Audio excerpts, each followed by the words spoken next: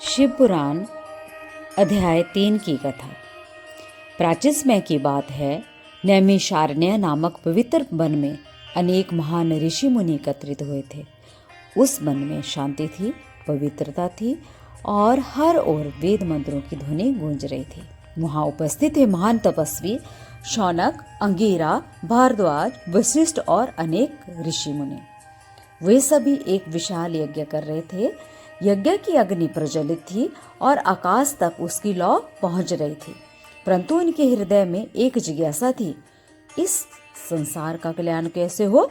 कलयुग में लोग धर्म के मार्ग पर किस तरह से चलें? तभी वहां पधारे महान ज्ञानी सूत जी। ऋषियों ने उनका सम्मान किया और विनम्रता से पूछा, हे सूत जी, हमें ऐसी कथा सुनाइए जिससे मनुष्य के पाप नष्ट हो और उन्हें मोक्ष की प्राप्ति हो। सूत जी मुस्कुराए और बोले, हे मुनियों, यह संसार जन्म मरण के चक्र में बंधा हुआ है, परंतु एक ही उपाय है जो इस बंधन को तोड़ सकता है, वह है भगवान शिव की भक्ति। ऋषियों ने पूछा, भगवान शिव इतने महान क्यों हैं? क्या वे ही सृष्टि के मूल कारण है? सूत जी ने कहा, जब कुछ नहीं था, न आकाश, न पृथ्वी, न जल, न अग्नि, तब केवल एक परम प्रकाश था। वह था भगवान शिव का परम प्रकाश। वही परम तत्व शिव है। उन्हीं में से ब्रह्मा जी की उत्पत्ति हुई, उन्हीं से विष्णु जी प्रकट हुए और उन्हीं से एक संपूर्ण सृष्टि बनी।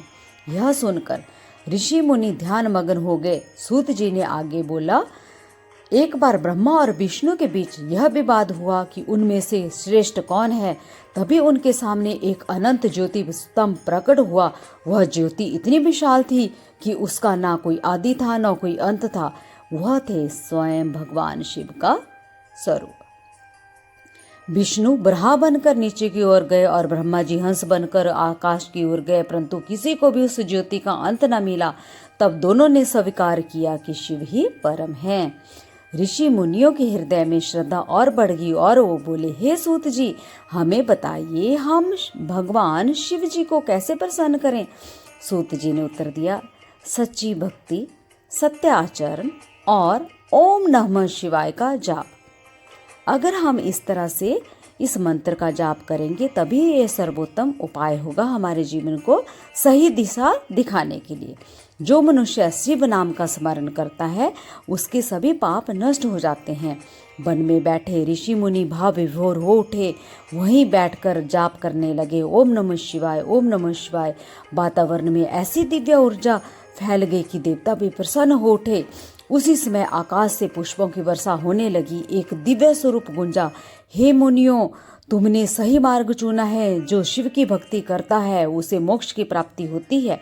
ऋषि मुनियों ने समझ लिया कि शिव ही आदि हैं, शिव ही अनंत है, शिव ही करुणा के सागर हैं। उन्होंने प्रण किया कि वे संसार में शिव भक्ति का प्रचार करेंगे और इस प्रकार नैमिषारण्य के उस यज्ञ में भगवान शिव की महिमा का प्रकाश फैल गया।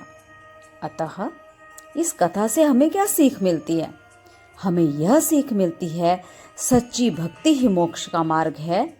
दूसरा, अहंकार त्याग कर परम सत्य को स्वीकार करें। शिव नाम का स्मरण जीवन को पवित्र बनाता है। ऋषि मुनियों की तरह हमें भी ज्ञान और तपस्या से जीवन को श्रेष्ठ बनाना चाहिए।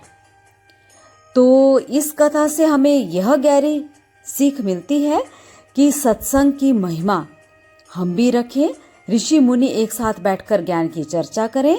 इससे सीख मिलती है कि सच्चे लोगों की और अच्छे लोगों की संगति जीवन को सही दिशा प्रदान करती है। प्रश्न पूछना भी ज्ञान का मार्ग है। ऋषियों ने सूत जी से जिज्ञासा की। हमें जीवन में सही गुरु और ज्ञानी व्यक्ति से प्रश्न पूछने में संकोच नहीं करना चाहिए। यह भी हमें इस कथा से सीख मिलती है। और हमें यह भी सीख मिलती है, अहंकार का अंत ही ईश्वर की प्राप्ति है। ब्रह्मा और विष्णु के विवाद से पता चला कि अहंकार मनुष्य को सत्य से दूर कर देता है। जब अहंकार मिटता है तो भगवान साक्षात्कार देते हैं। और तीसरा, नाम स्मरण की शक्ति। ओम नमः शिवाय केवल एक शब्द नहीं बल्कि एक ऊर्जा है। नियमित जप मन को शांत, पवित्र और सकारात्मक बनाता है। तप और धैर्य का महत्व। ऋषि मुनि वर्षों तक तप करते हैं, जीवन में सफलता और शांति पाने के लिए धैर्य और निरंतर प्रयास करते हैं। समर्पण ही सच्ची भक्ति है। तो इस कथा से हमें यह भी सीख मिलती है कि भगवान शिव को भारी दिखावा नहीं, सच्चा हृदय प्रिय है। भक्ति में दिखावा नहीं चाहिए, भावना होनी चाहिए। ओम नमः शिवाय। ओम